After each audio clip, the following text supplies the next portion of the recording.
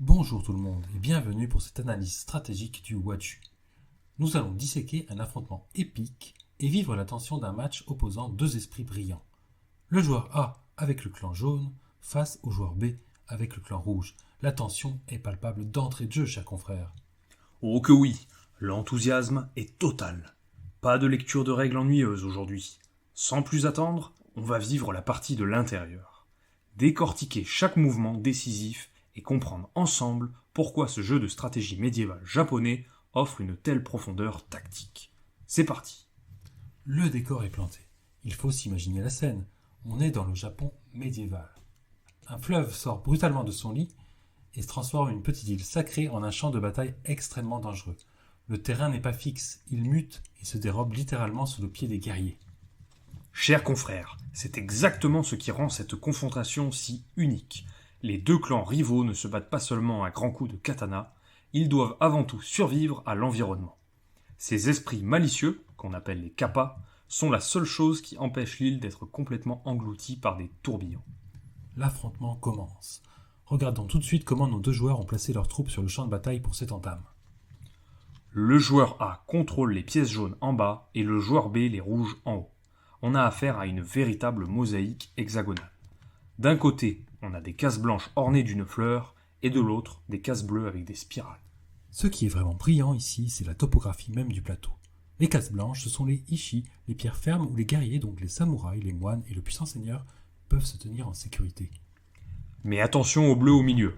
Ce sont les tourbillons actuels et ces petites créatures postées vers l'avant, ce sont les fameux kappas dont on parlait. Oui, et on remarque que chaque joueur a ses samouraïs en position hyper agressive, prêts à fondre sur le centre de l'île.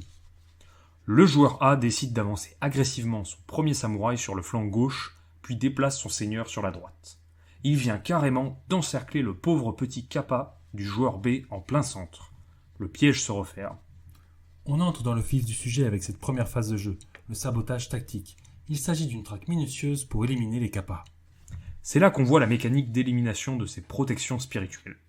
Pour capturer un kappa, on doit absolument le pincer avec deux de ses propres pièces. Ici, c'est un samouraï et le seigneur du clan jaune. Dès que cet encadrement est validé, à la fin du déplacement, le kappa est rayé de la surface de l'île. Le joueur A vient sûrement de frapper un grand coup psychologique. Bien sûr, le joueur B ne compte pas se laisser faire. La perte d'un kappa est cruciale, et il va réagir de manière magistrale. La structure d'un tour permet de coordonner deux environnements. En premier, une action optionnelle sur l'eau. On a le droit de déplacer un kappa ou un fune, ce petit navire. Ensuite, l'action obligatoire sur terre, déplacer une de ses unités combattantes. Exactement. Le joueur B utilise son action aquatique pour glisser son navire founé d'une case vers l'intérieur, puis déclenche son action terrestre obligatoire. Il avance son seigneur rouge menaçant directement l'avant-garde du joueur A. C'est une symphonie de mouvements qui demande une capacité d'anticipation redoutable. Comment répliquer ? C'est l'illustration parfaite entre ces deux pièces maîtresses. Le seigneur, lui, est lourd, imposant. Il ne se déplace que sur les pierres adjacentes, mais possède une capacité terrifiante. Le samouraï est super agile. Il glisse sur les pierres adjacentes, mais son gros point fort, c'est qu'il peut sauter par-dessus n'importe quelle pièce, qu'elle soit alliée ou ennemie. Et c'est exactement la faille que le joueur A vient d'exploiter de façon spectaculaire. Au lieu de reculer, le samouraï jaune s'élance, prend appui, saute par-dessus la pièce adverse, atterrit sur une pierre, reprend immédiatement son élan et saute encore une fois pour atterrir derrière la ligne de défense du clan rouge. Quel move! Une exécution vraiment magnifique. La règle stipule qu'un samouraï ou moine peut enchaîner les sauts autant de fois que possible tant qu'il a des pièces pour faire le pont. La situation se complique terriblement. Des brèches sont ouvertes.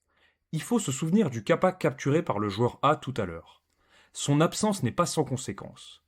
Là où ce petit esprit maintenait la terre ferme, le chaos s'est installé. Une nouvelle case Uzu est née. Oui, la géographie vient littéralement de changer. Une zone qui était parfaitement sûre s'est métamorphosée en un piège liquide mortel. C'est dire à quel point le terrain est vivant. Et le joueur B n'a pas laissé passer cette occasion. Quel retournement de situation! Le samouraï jaune, qui se croyait à l'abri après son double saut, se fait surprendre. Le joueur B déplace son moine guerrier rouge et paf! Il percute le samouraï jaune. La fameuse mécanique de la poussée en pleine action. Le joueur B vient d'utiliser l'environnement de manière totalement magistrale. En avançant sa pièce rouge sur la case occupée par la pièce jaune, il repousse cette dernière d'une case. Or, juste derrière le samouraï, il y avait ce nouveau tourbillon, Uzu, tout juste formé. Le samouraï jaune est précipité dans les flots et se retrouve immédiatement éliminé du jeu. Mais attendez, le joueur A sourit. Il l'avait prévu, c'est pas possible. Il vient de délibérément déplacer son propre kappa sur une case au bord du plateau. Or, les courants là-bas sont pour le kappa trop violent, qui est emporté par le fleuve. Son mouvement a créé un tourbillon Uzu sous les pieds de l'avant-garde du joueur B. Alors là, on assiste à du très grand jeu. Sacrifier volontairement l'une de ses propres protections spirituelles, c'est une manœuvre extrêmement rare. Son objectif était d'une clarté redoutable. Créer un trou béant et éliminer ainsi le moine guerrier. Ce niveau d'anticipation et de manipulation du plateau, c'est purement la marque des champions. La tension est insoutenable. Le joueur A vient de capturer le tout dernier kappa du joueur B grâce à un encerclement fulgurant. C'est l'étincelle qui met le feu aux poudres. On passe dans la deuxième phase, la conquête de fin de partie. En effet, il faut savoir que dès que le dernier kappa adverse tombe, le joueur gagne un coup immédiat et surtout, c'est l'heure d'invoquer le fameux Kishu. Oui, et place maintenant à la course de vitesse pure. Le joueur A place fièrement son porte-étendard, le Kishu, sur une case vide de la première ligne.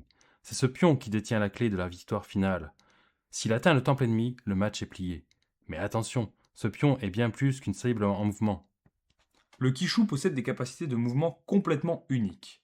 Il avance d'une case à la fois, peut sauter sur une pierre libre, et surtout, il a le pouvoir de folie d'échanger sa place avec n'importe quelle pièce située sur une case adjacente, qu'il s'agisse d'un allié ou d'un ennemi. C'est phénoménal. Le joueur A échange son Kishu avec l'un de ses moines postés en avant. Le porte-étendard vient de faire un bond de géant vers la ligne adverse tout en brouillant complètement les pistes. En face, le joueur B panique et tente de resserrer ses défenses autour de son propre temple. On arrive au grand dénouement.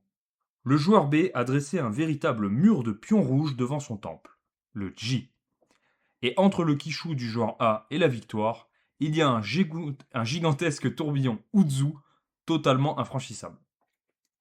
Mais le joueur A sort l'action de génie de son chapeau. Lors de son tour, il utilise son action aquatique optionnelle pour glisser son petit navire, son founet jaune, au milieu du tourbillon Uzu mortel. Puis, action terrestre, le Kishu s'élance, il saute sur le pont du navire battu par les flots et atterrit miraculeusement sur la berge opposée. C'est complètement fou, cher confrère, d'une beauté stratégique époustouflante. Le Kishu a le droit absolu de traverser une case Uzu de cette manière, à condition qu'un founet allié s'y trouve pour lui servir de ponton de fortune. Il vient de briser totalement la ligne défensive du joueur B en une fraction de seconde. Et c'est bientôt le coup de grâce.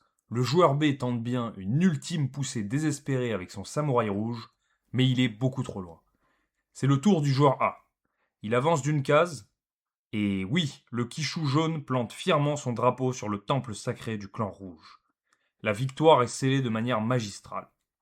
Il faut rappeler qu'il y a deux manières de triompher dans Waju. Soit éliminer physiquement le lourd seigneur de l'adversaire, soit sécuriser l'objectif divin en amenant le Kishu sur le temple ennemi. Le joueur A a exécuté cette course de vitesse à la perfection, transformant le terrain à son avantage à la moindre occasion. Quel match haletant, plein de rebondissements, de sacrifices inattendus et de sauts de samouraï au-dessus du chaos aquatique. L'anticipation, le positionnement et l'adaptation à un terrain qui s'effondre littéralement, c'est vraiment ce qui rend ces parties inoubliables. Absolument. Waju n'est pas un simple jeu de déplacement. C'est un pur jeu de gestion de l'environnement, de tempo et d'audace tactique, où l'eau est tout autant une arme qu'un ennemi mortel.